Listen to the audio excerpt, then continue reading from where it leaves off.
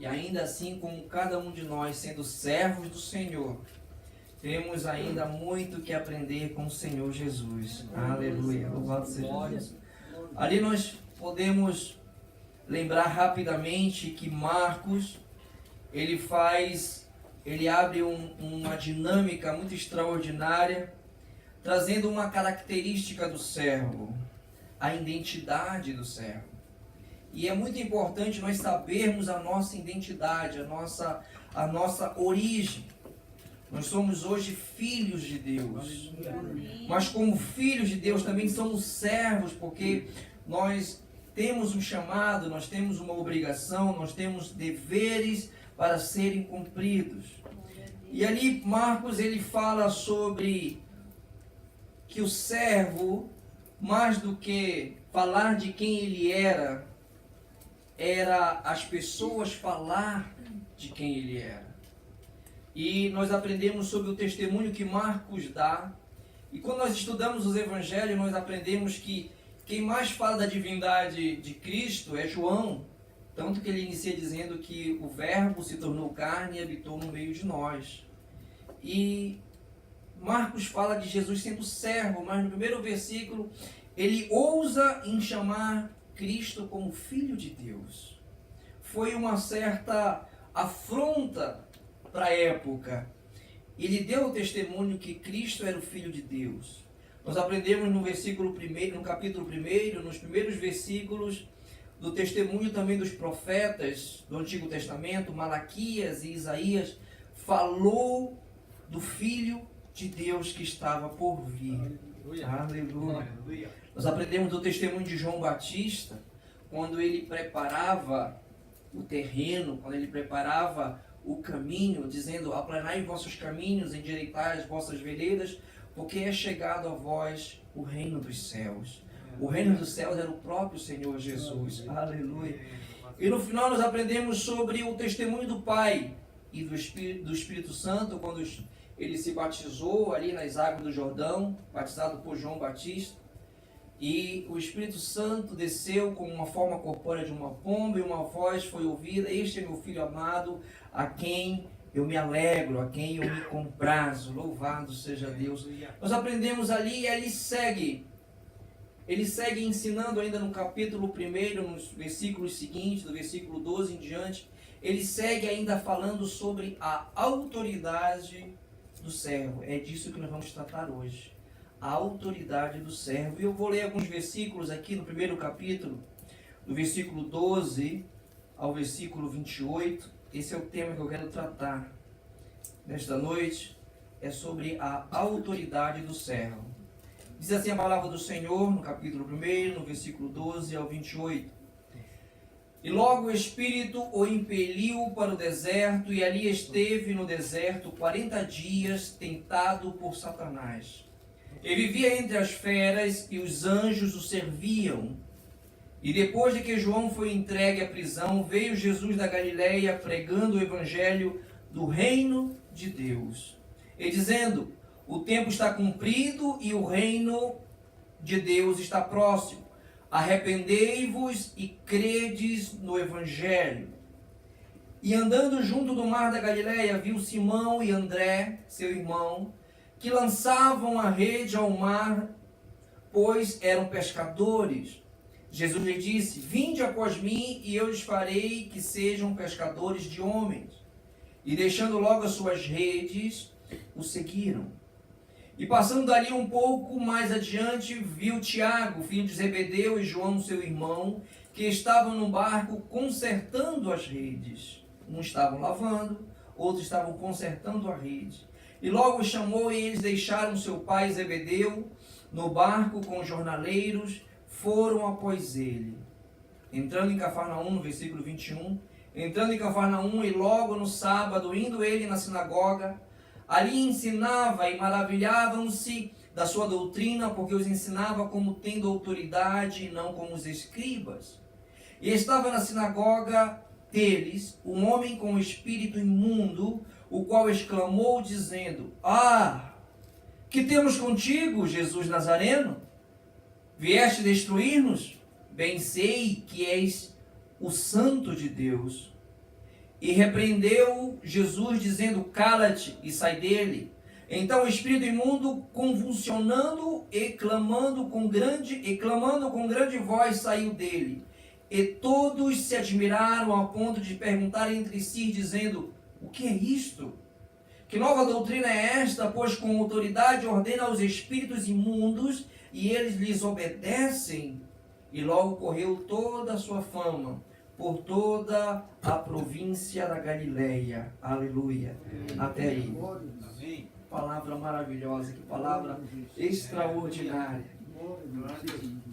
Com uma porção dessa tão grande, tão imensa, irmão, nós podemos aprender aqui tanta coisa para a nossa vida. Saber que o ano que inicia já é o ano que a gente pode profetizar bênçãos para nós e para quem aquele nós amamos, para aqueles que estão ao nosso lado, para aqueles que trabalham conosco, para aqueles que são nossos vizinhos. Vamos aprender isso já já. Todos nós pensamos, quando se trata de um servo, quando nós falamos de um servo, de um empregado, de um subordinado, logo vem à nossa mente a obediência. Que todo servo, todo empregado tem que obedecer ou tem que estar sujeito a uma autoridade. É verdade. Isso é um fato. Na hierarquia, o subordinado obedece ao seu senhor. Tanto que nós encontramos em Lucas, no capítulo 7, quero que os irmãos me acompanhem. Em Lucas, no capítulo 7, fala daquele centurião que tinha também um servo, um empregado enfermo. Capítulo 7, versículo 8, que diz assim: porque também eu sou homem sujeito à autoridade. Tinha uma autoridade maior sobre ele. E tenho soldados sobre o meu poder. E digo a este vai, e ele vai, e digo ao outro vem, e ele vem, e ao meu servo, ao meu empregado, faz isso, e ele o faz. Bom, é um pensamento válido para cada um de nós. Eu acredito que a maioria de nós somos empregados, mas todos servos de Deus. Então não foge a regra, mas a diferença de que um servo de Deus tem algo mais, ou melhor, tem algo a mais, tem uma diferença a mais. Todo servo de Deus, ele exerce a autoridade de Deus. Nós temos a autoridade de Deus. E acredite, até os demônios obedecem aos servos de Deus. Aleluia. Aleluia. Marcos descreve nessa porção que nós lemos 3 cenas que revelam a autoridade do Senhor Jesus como servo de Deus. Primeira autoridade dele como servo é sua tentação. Aí você volta no primeiro capítulo de Marcos, no versículo 12, que diz assim: e logo o Espírito o impeliu para o deserto. O mais interessante é que Marcos, ele não apresenta um relato tão extenso quanto Mateus capítulo 4 e Lucas capítulo 4, quando fala do batismo do Senhor e da ida dele até o deserto. Se você me acompanhar no capítulo 4 de Mateus, no versículo 1, diz que ele foi conduzido pelo Espírito Santo. Em Lucas, no capítulo 4, diz que ele, cheio do Espírito Santo, ele foi levado ao deserto. Mas Marcos, ele acrescenta com detalhes que os outros 2 evangelhos deixam de fora. Por exemplo, que o Espírito Santo o impeliu para o deserto. Se você procurar a raiz da palavra impelir, você vai descobrir que foi algo forçado, algo arrastado, algo pressionado, algo que exerceu ou que exigiu algum esforço. Mas, na verdade, irmãos,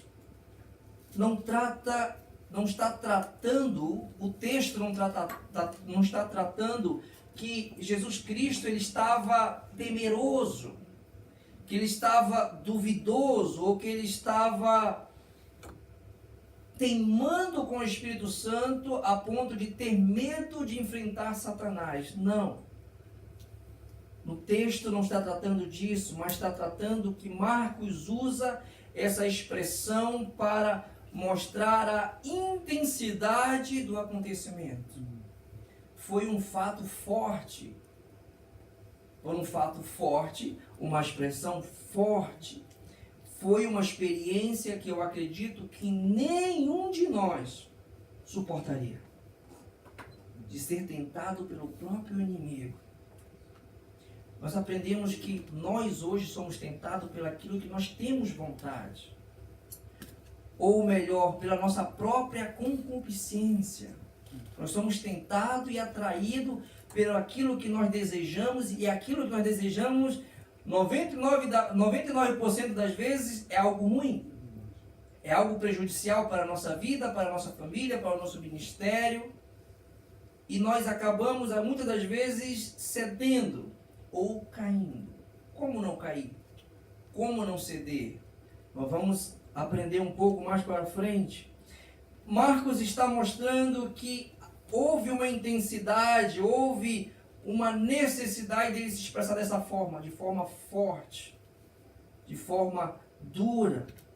Ele, por exemplo, ele não fala muito, ele não gasta muito tempo falando da glória celeste, da voz e do Espírito Santo. Ele não se estende muito como Mateus e Lucas. Em resumo, o servo de Deus tem uma tarefa. Ele tem uma missão, ele tem uma ordem a obedecer e ele se põe imediatamente a realizar o seu trabalho. Ele, você, qualquer um de nós aqui dentro, como servos, não podemos resistir ao nosso Senhor. Nós não podemos resistir à sua palavra. Nós não podemos resistir ao seu Espírito. Nós, irmãos, como servos, não podemos resistir à sua vontade. Aleluia. Em questão de resistir, Jesus deu um exemplo extraordinário. O que estava para acontecer ali antes da crucificação, ele sentiu no mais profundo do seu ser. E ele, ao orar, ele disse assim: Pai, se possível for, aparta de mim este cálice, porém seja feita a tua vontade, não a minha. Ainda que a vontade do Senhor para a nossa vida como servo seja dolorosa, seja penosa, seja através das lágrimas, através das perdas, que nós possamos seguir dizendo: Senhor, seja feita a tua vontade. Louvado seja Deus. Quando nós nos sujeitamos à vontade de Deus, acredite, não teremos prejuízos, não teremos faltas, mas pelo contrário, Deus há de nos exaltar. Louvado seja Deus. Aleluia. Sua tentação. Segunda cena, ou segundo acontecimento, foi sua pregação. No versículo 14 do capítulo 1, diz assim, no capítulo 1 de Marcos: depois que João foi entregue à prisão, veio Jesus para a Galileia pregando o evangelho do reino de Deus, dizendo: o tempo está cumprido e o reino de Deus está próximo, arrependei-vos e credes no evangelho. Aleluia. Se alguém que falou com tanta autoridade de Deus, que falou com tanta autoridade a verdade de Deus, esse alguém foi Jesus Cristo. Por mais que o homem se consagre, por mais que a mulher se consagre, por mais que o jovem se consagre, não houve ninguém para falar com tanta autoridade de Deus como seu próprio Filho. Aleluia. Louvado seja Deus. Em Mateus, no capítulo 7, no versículo 28, o Evangelho de Mateus, no capítulo 7, no versículo 28 e 29, diz assim: E aconteceu que, concluindo Jesus esse discurso, a multidão se admirou da sua doutrina, porque os ensinava como tendo autoridade e não como os escribas. Costuma-se dizer que os escribas falavam com autoridade, falavam segundo as autoridades. Eles falavam para agradar as autoridades. Enquanto que Jesus falava para convencer as autoridades. Há uma diferença muito grande. Quando eles falavam a lei de Deus, eles não diziam os erros das autoridades. Eles não apontavam os erros das autoridades. Eles queriam simplesmente agradar as autoridades, enquanto que Cristo falava para convencê-las de seus erros, das suas faltas, das suas falhas. Essa era uma diferença muito grande. E a mensagem de Jesus era o Evangelho do Reino de Deus. Está cumprido, está encerrado, já terminou. O reino de Deus está próximo. Arrependei-vos. O Evangelho de Deus, ele é chamado de o Evangelho de Deus porque vem de Deus e ele tem a função de nos levar a Deus. Aleluia. É por isso que nós escutamos, é por isso que nós aprendemos a sua palavra. Porque a sua palavra nos leva até ele. A sua palavra, ela abre portas, ele pavimenta vias que nos dá acesso diretamente ao trono da graça de Deus. Aleluia. Como nós vamos aprender isso, se não for através da sua palavra? Como nós vamos saber que nós temos fé para superar nossas dificuldades, se não for através da sua palavra?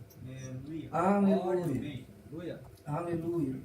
É o Evangelho do Reino, pois a fé no Salvador nos leva ao seu reino.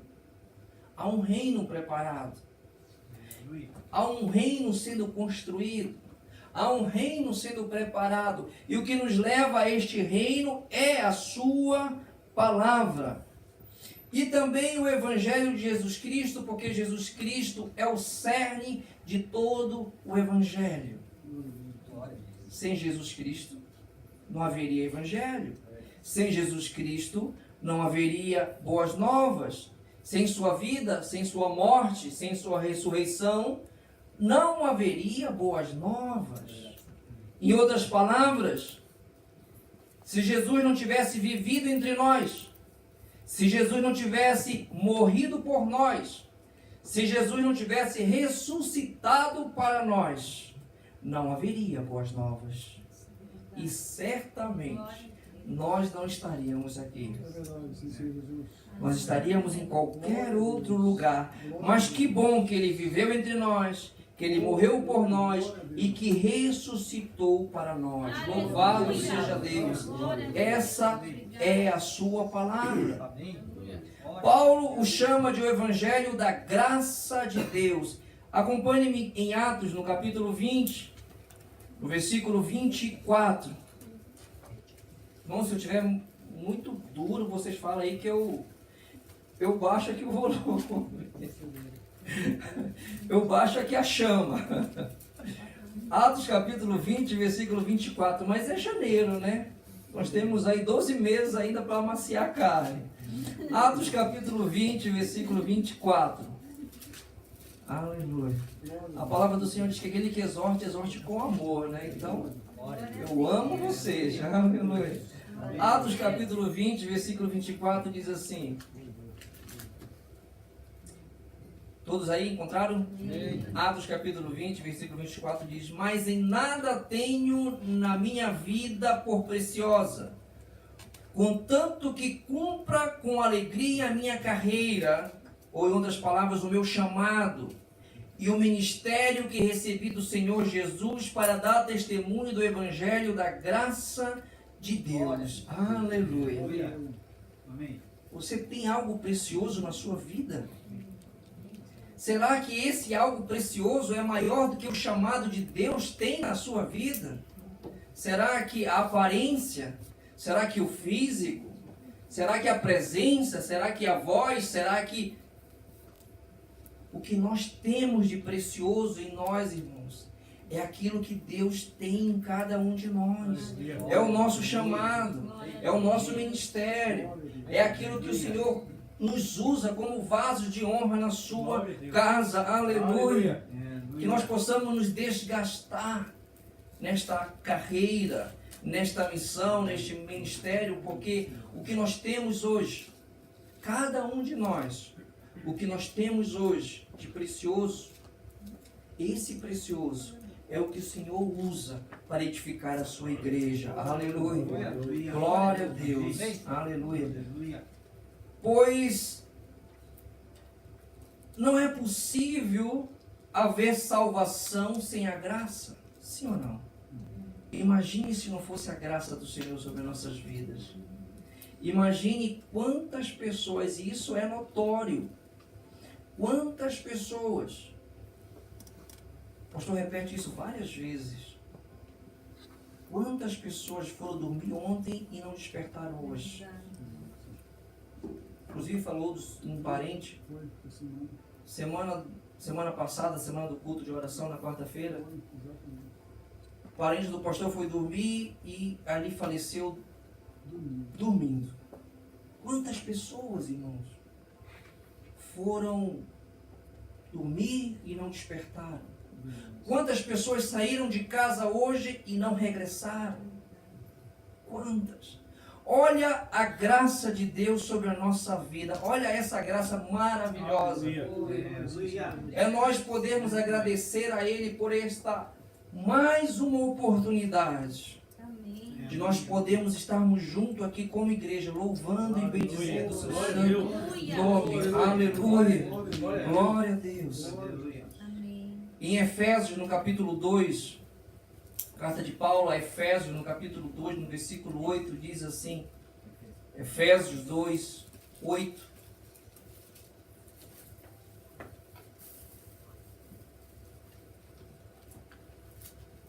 Amém? Amém. Porque pela graça sois salvos por meio da fé, e isso não vem de vós, é dom de Deus. Aleluia. É dom de Deus para a nossa vida. Quantos estávamos longe do Senhor? Quantos estávamos distantes? Quantos estávamos perdidos? E hoje nós fomos encontrados. Hoje nós estamos na presença do Senhor. Aleluia. Glória a Deus. Jesus pregou que as pessoas deveriam arrepender-se e crer. E esse crer, irmãos, ele vem pela fé. E essa fé vem por ouvir e ouvir a sua palavra.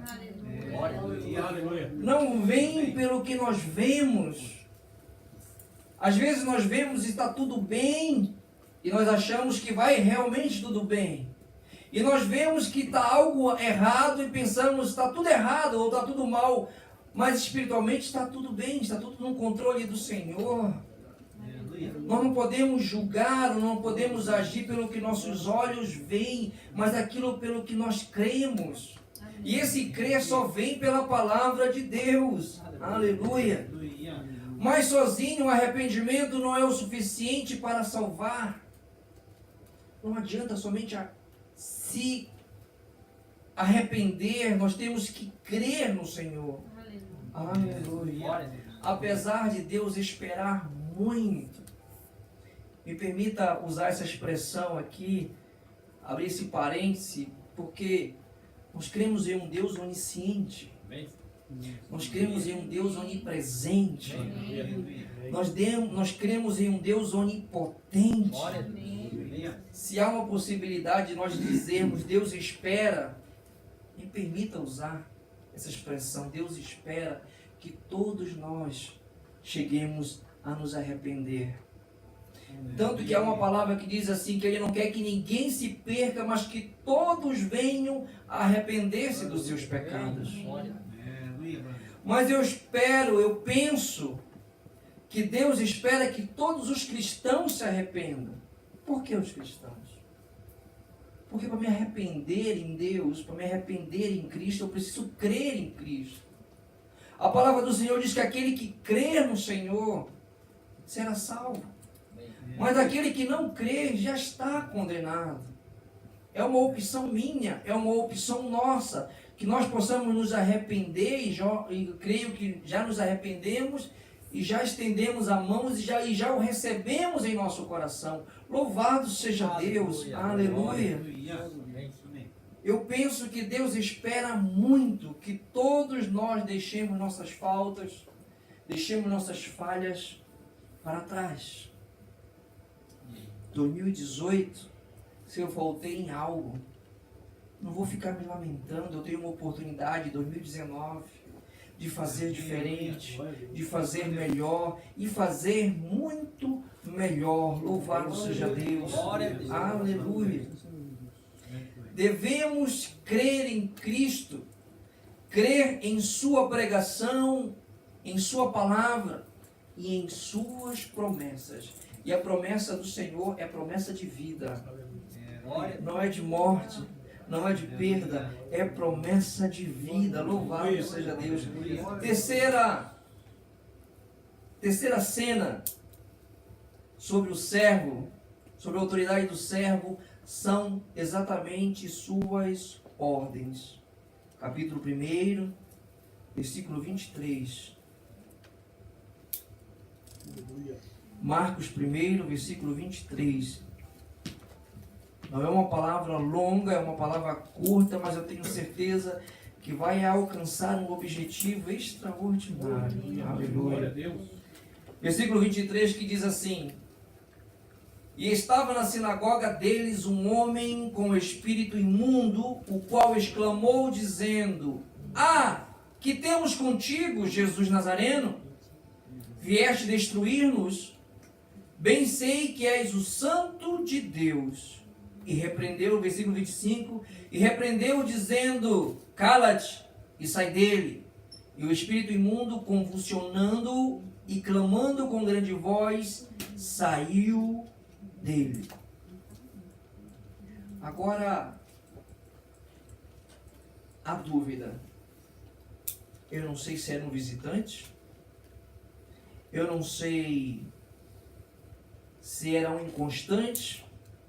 Eu não sei se era um assíduo da sinagoga. Mas vem a dúvida. Quantos cultos este homem frequentou? Quantos cultos ele participou na sinagoga sem que ninguém percebesse? Ou sem que ele demonstrasse que ele estava endemoniado? Quantos? Será que foi a primeira vez que ele estava por ali? Será que ele ia de vez em quando? Será que ele batia cartão toda reunião na sinagoga? E será que... Como era o culto?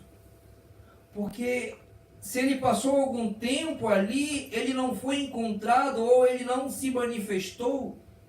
Foi necessário, irmãos, a presença do Filho de Deus para que o espírito imundo se manifestasse. Jesus não apenas o expôs, mas também ordenou que permanecesse calado sobre sua identidade, sobre quem Jesus Cristo era.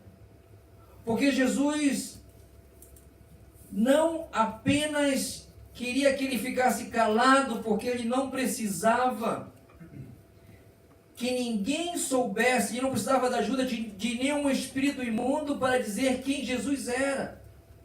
Jesus não precisava disso. Jesus nunca quis isso. Não precisava dessa ajuda. Disse: cala-te e sai dele. Apesar desse espírito imundo deixar bem claro da humanidade de Cristo quando ele disse: Jesus Nazareno. Ele também deixou bem claro sobre a sua divindade quando pronunciou Santo de Deus. Aleluia. Aleluia. Aleluia. Ele era tanto homem quanto Deus. Glória. Aleluia. Também confessou o profundo temor de ser julgado e lançado fora por Jesus. Vieste aqui nos destruir? Olha só. Ele falou que ele era homem, ele falou que ele era Deus, e ele disse: tu vieste me destruir, nos destruir? Irmãos, aperta o cinto aí. Página. Hoje, 2019, há muita gente parecida como esse endemoniado, que frequenta os cultos, que sabem quem é Jesus, conhece o seu lado homem, conhece o seu lado Deus, e ainda tem medo de ser lançado fora. E o que é pior, estão na casa do Senhor e ainda estão perdidos. Ainda estão perdidos. Agora escute, o espírito imundo no último, vamos colocar aqui, no último suspiro, na última tentativa, ele reagiu, compulsionando, clamou e teve que sair. Por quê? Porque foi ordenado pelo servo de Deus, com autoridade de Deus. Aleluia. Deixa eu lhe dizer uma coisa, irmãos. Igreja, essa autoridade desse servo, ele não levou para o céu. Essa autoridade ele deu para a sua igreja. Aleluia. Aleluia. Glória a Deus. De repreender espíritos imundos. Estes são os sinais daqueles que creem, que colocarão sob a mão aos enfermos e os curarão. Expulsarão demônios, pisarão na cabeça de serpentes e escorpiões, poderão fazer sinais, prodígios e maravilhas na autoridade de Cristo, no nome do Senhor. Aleluia. Nós temos essa autoridade. Isso não é literatura, isso não é ficção, isso não é demagogia, isso é a mais pura verdade. A palavra do Senhor tem essa autoridade sobre nossas vidas. Que nós possamos reivindicar essa palavra do Senhor e viver, de poder silenciar espíritos imundos, de poder silenciar tempestades, de poder jogar por terra aquilo que nos aflige, aquilo que nos incomoda, aquilo que nos perturba. Louvado seja Deus. Aleluia. Eu quero resumir aqui. Em muitas das vezes nos deparamos com aquilo que nós temos maior fraqueza. Por que, presbítero Eliel? Porque está em maior evidência na nossa vida. É por isso. E nós deparamos com essas fraquezas. E o que fazer para não cair? O que fazer para não ceder à prova, não ceder às fraquezas, não ceder às tentações? Como eu disse, todos nós temos um ministério, todos nós temos um chamado, todos nós temos um dom de Deus, e esse dom é posto em risco quando nós cedemos, quando nós tropeçamos. E o que eu faço? Como eu reajo? 2 Pedro, no capítulo 1, 2 Pedro, no capítulo 1, no versículo 10. Olha que coisa maravilhosa. Deus, ele se preocupa com todos os critérios para a vida cristã. Em todo momento, em todo instante, a todo lugar, em todo lugar, ele tem uma preocupação com a nossa vida. Até mesmo nos momentos de fraqueza, até mesmo no momento de tentação, que diz aí em 2 Pedro, no capítulo 1, diz assim, no versículo 10: portanto, irmãos, procurai fazer cada vez mais firme, mais sólida a vossa vocação, a vossa eleição, porque fazendo isso nunca, jamais tropeçareis. Louvado seja Deus. Aleluia. Aí você me pergunta como eu faço para não cair, como eu faço para não escorregar, como eu faço para não ceder. A palavra do Senhor está aqui, irmãos, na nossa mão, diante dos nossos olhos. Faça mais firme a vossa vocação e eleição, porque fazendo isso nunca, jamais tropeçareis. Versículo 11, porque assim vos será, o caminho do Senhor nós aprendemos que ele é apertado, que a porta ela é estreita, sim ou não? Amém. Mas diz aqui no versículo 11, porque assim vos será amplamente concedido a entrada no reino eterno do nosso Senhor e Salvador Jesus Cristo. Aleluia. Aí quando nós lemos, ou quando nós estamos na palavra ali do caminho apertado e da porta estreita, nós pensamos nas dificuldades. Nós pensamos no trabalho que é nós estarmos neste caminho.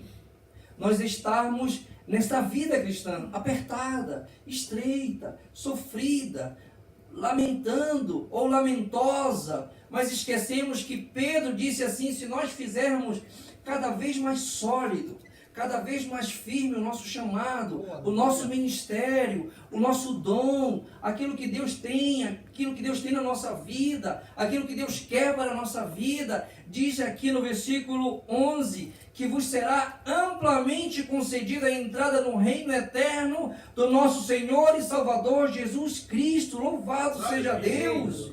Glória a Deus. Aleluia! Versículo 12. Pelo que não deixarei, disse Pedro, porque não deixarei de exortar-vos sempre acerca dessas coisas, ainda que bem as saibais e estejais confirmados na presente verdade. Eu sei, você sabe, nós sabemos, nós já aprendemos, mas a palavra do Senhor nos exorta para não esquecê-las. Amém. Não esqueça desta palavra. Aleluia. Quanto mais firme você faz o seu chamado, quanto mais firme você solidifica mais, enrijece mais o seu ministério, irmãos, a palavra do Senhor diz que nunca. Ele poderia ter ficado somente no nunca. Ele continua dizendo: jamais tropeçareis. Aleluia. Aleluia. Louvado seja Deus. Aleluia. Todos nós, sendo um dia tirados para fora, para sermos servos de Cristo, temos obrigações, temos deveres a cumprir, mas nós temos, irmãos, uma natureza evidentemente caída, uma natureza tão frágil, que nos dá uma facilidade tão grande a resistir. Resistimos aos nossos senhores, resistimos aos nossos pais, aos nossos líderes, resistimos aos cônjuges, resistimos aos mais velhos, e aí resistimos, e vamos resistindo ao Espírito Santo, vamos resistindo a Deus, vamos resistindo à sua palavra, vamos resistindo à sua vontade. Aí você me pergunta: presbítero Eliel, o que fazer? Como eu ajo? Como eu faço? Irmãos, Tiago, no capítulo 4, tem algo extraordinário para nós nos aprendermos. Ele nos ensina algo extraordinário. A carta do irmão do Senhor. Tiago, capítulo 4. Não existe uma segunda regra, não existe uma segunda opção. Essa é a palavra do Senhor para a nossa vida. Tiago, capítulo 4, diz assim: só existe este caminho, irmãos. Sujeitai-vos, pois, a Deus. Resisti ao diabo e ele fugirá de vós. Chegai-vos a Deus, e Ele se chegará a vós. Alimpai as mãos, pecadores, e vós de duplo ânimo. Purificai os corações. Senti as vossas misérias, e lamentai, e chorai, converta-se o vosso riso em pranto, e o vosso gozo em tristeza. Versículo 10. Humilhai-vos, vós, perante o Senhor, e Ele vos exaltará. Aleluia. Só existe essa regra, que nós devemos nos humilhar diante do Senhor. Não adianta... Tiago capítulo 4, versículo 7 ao 10. É que eu estou muito rápido aqui, eu vou diminuir a velocidade. Aleluia. O caminho só é um, é o caminho da humilhação. E cada vez mais quando nós nos humilhamos, cada vez mais quando nós nos submetemos à vontade do Pai, mais e cada vez mais Ele nos exalta. Nós pensamos que humilhar-se diante de Deus é fazer voto de pobreza, é fazer voto de miséria. Agora eu não presto, agora andar com um pano de saco na cara, é não tomar banho, é andar assim, me lamentando.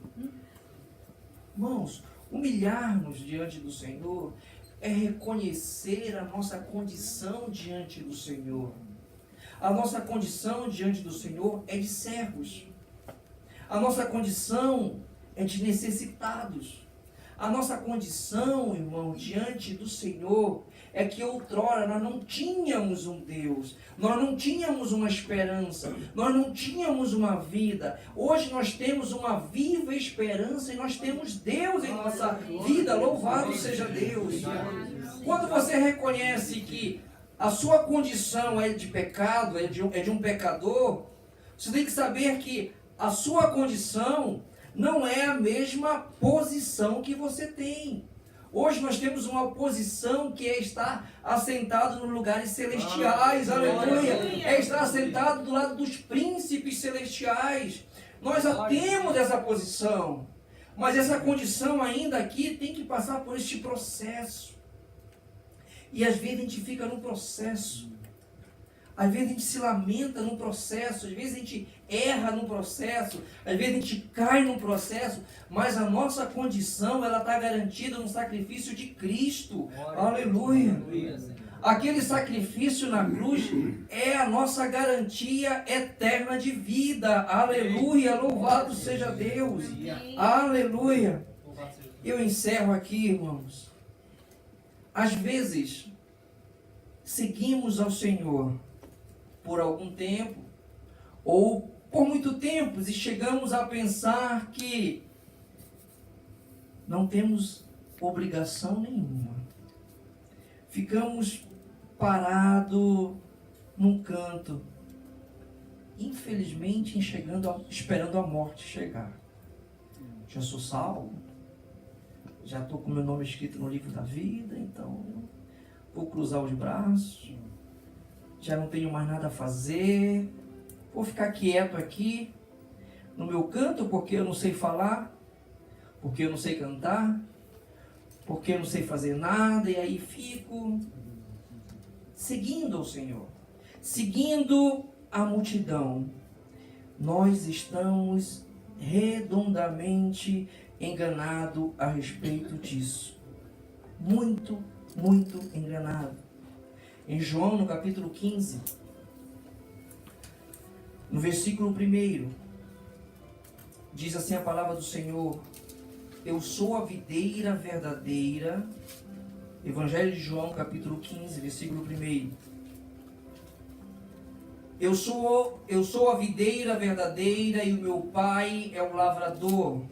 Toda vara em mim que não dá fruto, atira e limpa toda aquela que dá fruto, para que dê mais fruto. Vós, versículo 3, já estás limpo pela palavra que vos tenho falado. Aleluia. Aleluia. Se nós estamos em Cristo, igreja, nós temos uma obrigação natural é de gerar frutos. Isso é natural. Nós temos que gerar frutos para o reino do Senhor. Gerar vida, gerar salvação, gerar reconciliação. Nós temos que gerar frutos. Quer ver? Quantos estão na videira? Só isso, pastor? Bom, vai ter um apelo gigante aqui. Quantos estão na videira? Amém. Quantos se alimentam da seiva da videira? Amém. Então nós temos que gerar frutos. A palavra do Senhor, ela nos instiga, ela nos exorta a gerar frutos para o Senhor. E diz a palavra do Senhor que esses frutos, eles permanecem para sempre. Aleluia.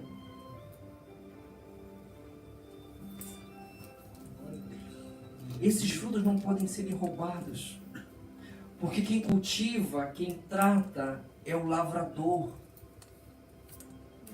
Aleluia, louvado seja Deus. Ele tem cuidado de nós, como Ele tem cuidado dos frutos que nós damos a Ele. Aleluia. Porque uma coisa eu estou certo, ninguém aqui quer ser jogado fora. Ninguém aqui quer ser lançado no fogo.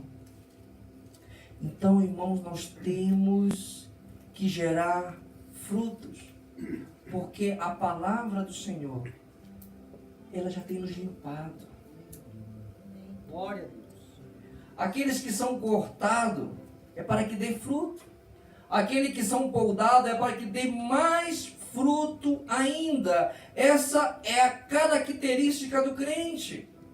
E é uma característica natural. A banana é amarela, a melancia é verde. E o crente gera frutos. E os nossos frutos permanecem para sempre. Versículo 16 e último. Não me escolhestes vós a mim, mas eu escolhi a vós, e vos nomeei para que vades e deis fruto, e o vosso fruto permaneça, a fim de que tudo quanto em meu nome pedirdes ao Pai, Ele vos conceda. Aleluia. Característica de permanecer. A outra característica, irmãos, daquele que tem já o ministério enrijecido, solidificado, ou que busca endurecer o seu ministério, o seu chamado, é este maravilhoso, essa maravilhosa palavra que diz assim que tudo que pedides em meu nome ao Pai, Ele vos conceda. Aleluia. Fique de pé, irmãos.